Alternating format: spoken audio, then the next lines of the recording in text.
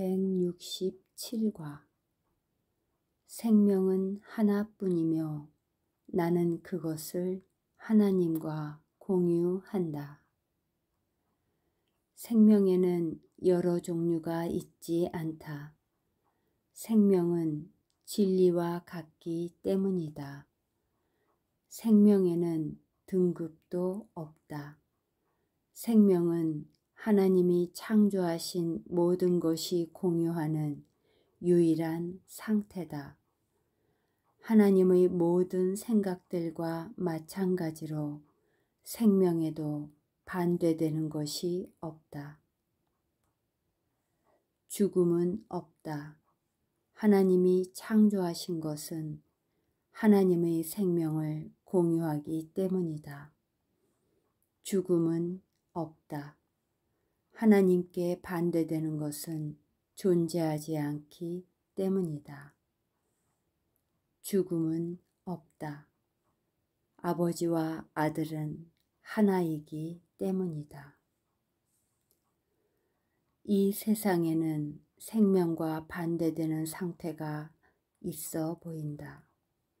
너는 그것을 죽음이라 부른다. 하지만 우리는 죽음이라는 아이디어가 많은 형식을 취한다는 것을 배웠다. 죽음은 최상의 행복이 아닌 모든 감정의 저변에 있는 유일한 아이디어다. 죽음은 내가 완벽한 기쁨이 아닌 일체의 반응을 보이는 경고 신호다.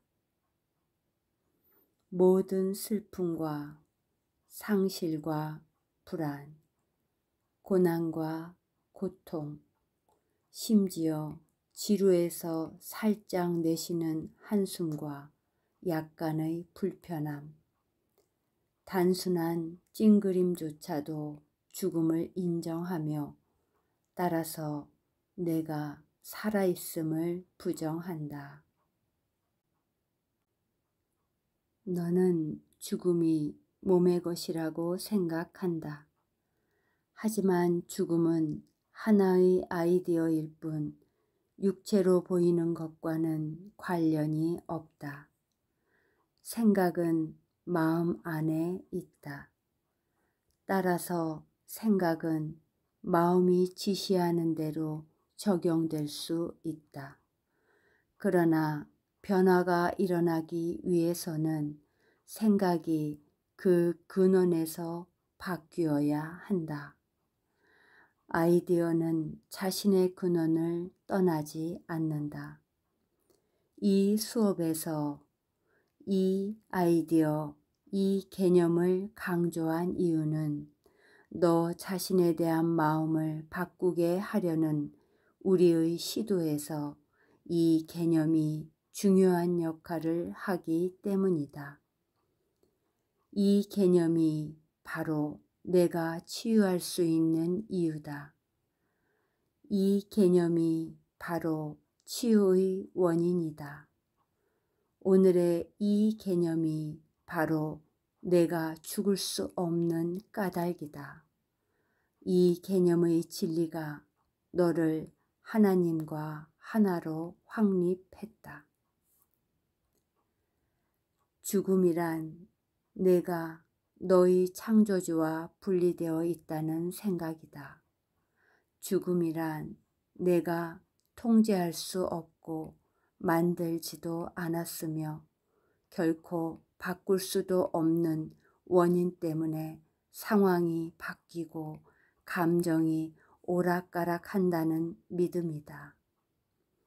죽음이란 아이디어가 자신의 근원을 떠나 그 근원에 없는 특성을 띠게 되면서 거리와 시간과 형식은 물론 그 종류조차 자신의 근원과 떨어져 달라질 수 있다는 고착된 믿음이다. 생명에서 죽음이 나올 수는 없다. 아이디어는 자신의 근원과 계속 연합되어 있다. 아이디어는 자신의 근원이 가진 모든 것을 확장할 수 있다. 그 안에서 아이디어는 자기 자신 너머로 멀리 갈 수 있다.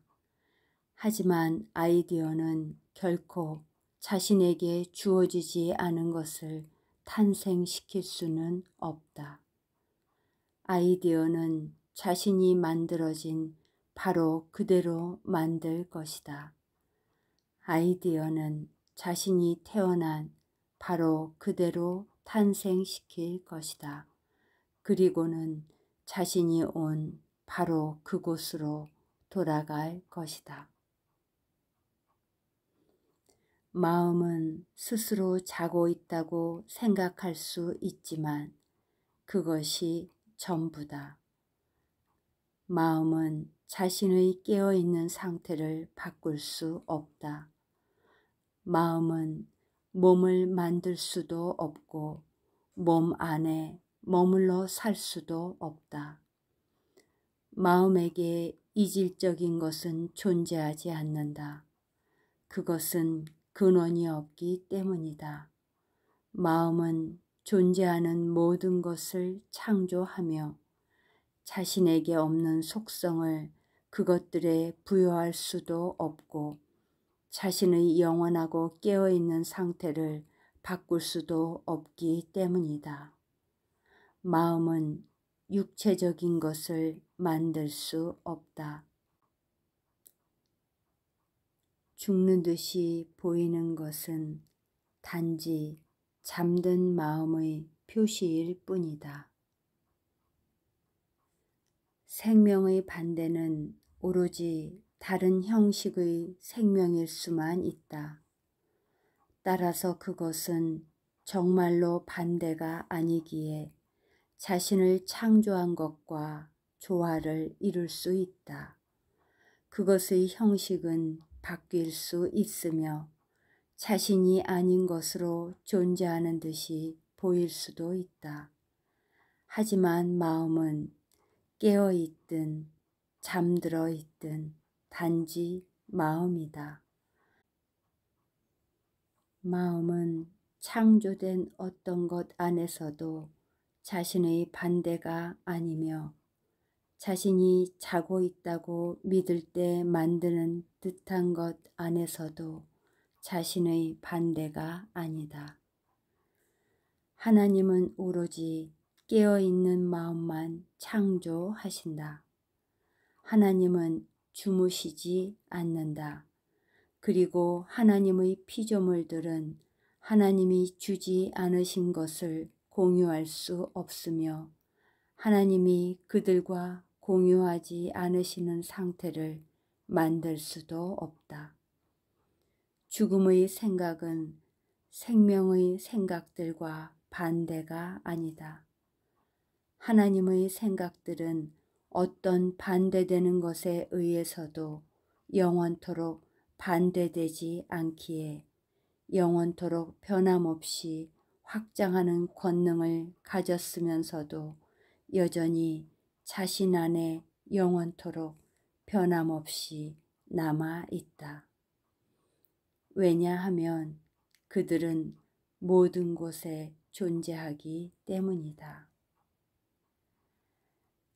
생명의 반대처럼 보이는 것은 단지 자고 있을 뿐이다. 마음이 자신이 아닌 것으로 존재하여 자신이 갖지 않은 어떤 이질적인 힘을 가진 척하거나 자신이 들어갈 수 없는 이질적인 상태나 자신의 근원 안에 없는 거짓 상태에 있는 척할 때 마음은 단지 잠시 자러 가는 듯이 보일 뿐이다. 마음은 시간을 꿈꾸지만 시간이란 단지 일어나는 듯한 것이 결코 일어난 적이 없으며 일으켜진 변화는 실체가 없고 그 모든 사건은 어디에도 없는 간격일 뿐이다. 마음이 깨어날 때 마음은 늘 그랬듯이 계속 존재할 뿐이다. 우리 함께 오늘 진리의 아이들이 되어서 우리의 거룩한 유산을 부정하지 말자. 우리의 생명은 우리가 상상하는 대로가 아니다. 그 누가 눈을 감는다고 해서 생명을 바꿀 것이며 잠들어 꿈속에서 자신의 정체와 반대인 것을 본다고 해서 자신을 자신의 정체가 아닌 것으로 만들겠는가? 우리는 오늘 어떤 형식의 죽음도 요청하지 않을 것이다. 또한 하나님이 몸소 영원한 생명의 생각을 놓아두신 곳에 우리가 지어낸 생명에 반대되는 것들이 단 한순간도 머물지 못하게 할 것이다. 우리는 오늘 하나님이 당신의 거룩한 집을 세우셔서 영원 무궁토록 존재하라고 뜻하신 대로 그것을 지키려고 노력한다. 하나님은 오늘 우리가 생각하는 것을 다스리시는 주님이시다. 반대가 없는 하나님의 생각들 안에 하나의 생명이 있으며 우리는 그것을 하나님과 공유한다. 우리는 또한 그것을 모든 피조물과 공유하며 모든 피조물의 생각들과도 공유한다. 우리는 오늘 이것을 이해한다. 하나님은 그들을 생명의 단일성 안에 창조하셨으며 그것은 죽음으로 분리되거나 자신이 비롯된 생명의 근원을 떠날 수도 없다. 우리는 우리의 생명을 공유한다. 우리의 근원은 하나이기 때문이다. 그것은 우리의 완벽함이 비롯되며 하나님이 완벽하게 창조하신 거룩한 마음들 안에 언제나 남아있는 근원이다. 우리는 전에 존재한 대로 지금도 그렇게 존재하며 앞으로도 영원히 그렇게 존재할 것이다. 잠든 마음은 자신의 완벽함이 생명의 주님을 너무도 완벽하게 반영하여 그곳에 반영되어 있는 것 속으로 사라져가는 것을 볼 때 깨어날 것이다. 이제 그것은 더 이상 단순한 반영물만은 아니다. 그것은 자신에게 반영된 바로 그것이 되며 반영을 가능케 하는 빛이 된다. 이제 그 어떤 비전도 필요 없다. 깨어난 마음은 자신의 근원, 자신의 참 자아, 자신의 거룩함을 아는 바로 그 마음이기 때문이다.